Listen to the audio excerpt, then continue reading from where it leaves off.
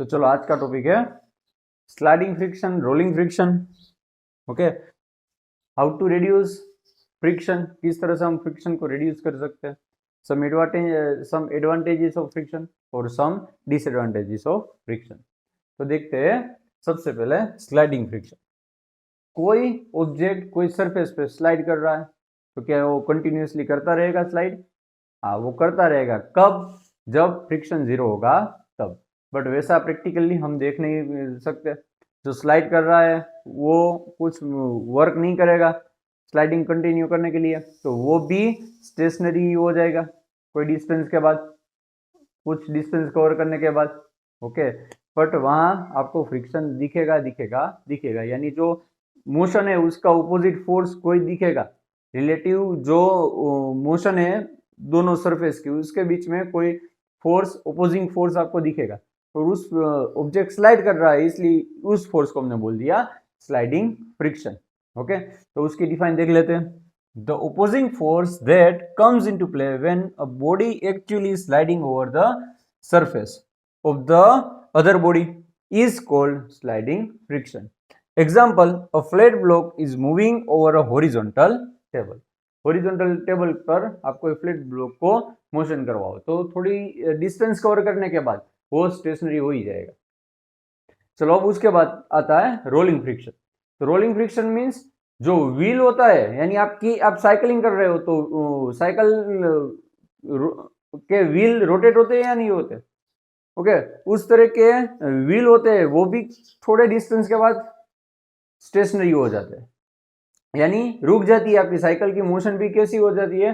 रुक जाती है। पेडलिंग आपने बंद कर दिया तब के बाद। ओके, यानी और टू व्हील है तो टू व्हील को आप बंद कर दो, फिर भी थोड़ी डिस्टेंस कवर करने के बाद वो आपकी टू व्हील भी कैसी हो जाएगी? स्टेशनरी हो जाएगी। क्यों रुक जाती है? क्यों रुक जाती है? क्योंकि जो रोल हो रहा है व्हील, उसके ऊपर भी फ्रिक्शन फोर्स लग रहा है। ओके, तो उसकी वजह से वो जो गाड़ी है या टू व्हील है या साइकिल है वो रुक जाती है, वो रुक जाती है। No doubt there is the contact part between the surface and the wheel is too less. Okay, surface और व्हील के बीच के जो कॉन्टेक्ट पार्ट है वो थोड़ा कम है, बट वो रुक तो जाता ही है।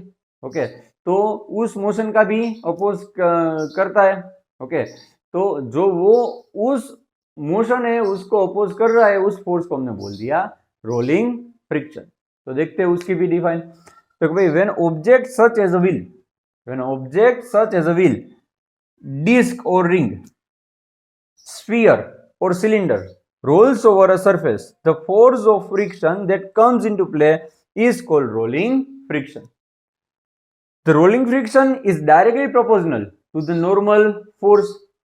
The rolling friction है वो normal force के directly proportion पे है और inversely proportional with the radius of the object. Okay, so rolling friction is equal to mu r upon r लिखा जाएगा। ये R मीन्स नॉर्मल फोर्स है। चलो नॉर्मल फोर्स का यहाँ N कर देते हैं।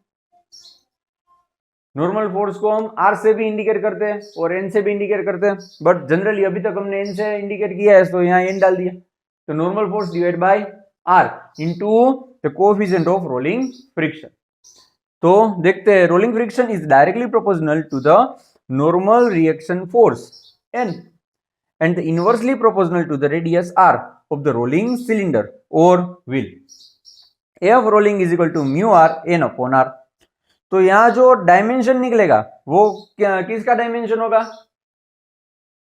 लेंथ का डायमेंशन होगा, क्योंकि रोलिंग फोर्स न्यूटन, यहाँ normal force Newton, Newton Newton cancel हो जाएगा, बट ये 1/मीटर कैंसिल नहीं होगा तो वो उस तरफ चला जाएगा। सो वहां से हमें जो डायमेंशन मिल रहा है the coefficient of rolling friction का, वो मीटर का डायमेंशन आपको मिलेगा। Mu R is called the coefficient of rolling friction. It would have the dimensions of length in metre. Okay, is metre. चलो उसके बाद में आते हैं how to reduce friction. Friction को हम किस तरह से रिड्यूस कर सकते हैं? टू व्हील में बाइक है उसमें हम ऑयल डालते हैं, बाइक है उसमें हम ऑयल डालते हैं। क्यों? क्योंकि वो लुब्रिकेंट का काम करता है। ओके, वो फ्रिक्शन को कम करता है। Okay, the lubricants are a way of reducing kinetic friction in a machine. Okay, यानी क्या हो जाएगा, जब ऑयल डालेंगे तब तो भाई उस दो जो कॉन्टेक्ट सर्फेसिस होगी उसके अंदर, उसके बीच में कोई स्लिपरी ऑब्जेक्ट आ गया। ओके, तो उसकी वजह से उसको हम लुब्रिकेंट बोलते हैं, जो फ्रिक्शन को कम करता है। वैसे ही प्रोडक्ट होती है और मे बी उससे सॉरी, तो उससे हम क्या कर सकते हैं, तो कि भाई फ्रिक्शन एक कम कर सकते हैं, उससे हम फ्रिक्शन कम कर सकते हैं। तो lubricants are a way of reducing kinetic friction in a machine. Another way is to use a ball bearing between two moving parts of a machine। तो व्हील होता है, व्हील में हम क्या अरेंज करते हैं, बॉल बेरिंग को arrange करते हैं, तो उससे भी क्या होता है, तो भाई जो फ्रिक्शन है ओके वो रिड्यूस होता है।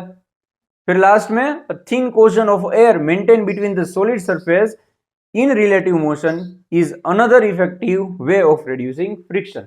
मींस होवरक्राफ्ट होता है, जिस तरह से वो वर्क करता है उसकी बात की है। ओके, चलो तो अब उसके बाद में सम एडवांटेजेस ऑफ फ्रिक्शन। तो कि भाई सबसे पहला walking is possible due to the friction, हम चल सकते हैं, फ्रिक्शन है इसलिए। फिर बाद में आते हैं two body sticks together due to the friction, दो बॉडी को एक साथ हम स्टिक कर सकते हैं due to the friction. Brake works on the basis of friction, brakes apply हो रही है, वरना तो क्या होता, हम टर्न लेने के लिए जाते और गिर जाते, इनफ जो वेलोसिटी ज्यादा होती तो, और वरना एक्सीडेंट होता रहता। तो brakes works due to the friction. Writing is not possible without friction, ये आपका काम का हो गया, जो वो आपके लिए एडवांटेज है पर आपको नहीं पसंद है, इसलिए writing is not possible without friction. Okay, some disadvantage. Friction क्या क्रिएट करता है, तो भाई हीट, जब फ्रिक्शन क्या क्रिएट करता है, तो हीट प्रोड्यूस करता है। तो भाई friction force results in the production of heat which causes the damage और उससे मशीन में कोल्ड क्रिएट होता है। ओके, डैमेज क्रिएट होता है, which causes the damage to the machine. Friction causes wear and tear of the part of machinery in contact, thus their lifetime reduces। means continuously क्या होता है, वो machine होता है वो एक दूसरे के साथ फ्रिक्शन फोर्स फील करता है, इसके लिए उसमें क्या दिखता है, तो फिर जो पार्ट्स है वो घिस जाते हैं। ओके, और उससे जो मशीन है उसकी लाइफ टाइम कैसी हो जाती है, कम हो जाती है, डिक्रीज हो जाती है। और last, friction always opposes the relative motion between any two bodies in contact, therefore extra energy has to be spent in overcoming the friction, this reduces the efficiency of machine। हमने देखा ना static friction है, कब object motion में आएगा, static friction से ज्यादा हमें फोर्स अप्लाई करना होगा। ओके, तो ऑलवेज काइनेटिक फ्रिक्शन हो या कोई भी फ्रिक्शन हो, उससे ज्यादा हमें फोर्स देना पड़ता है, तो वहां पर जो एफिशिएंसी है वो मशीन की कैसी हो जाती है, डिक्रीज हो जाती है। तो ये फ्रिक्शन की सारे मोस्ट ऑफ फ्रिक्शन हमने देख लिया, तो इंट्रोडक्शन में देखा था वो स्लाइडिंग फ्रिक्शन, और लास्ट में देख लिया रोलिंग फ्रिक्शन।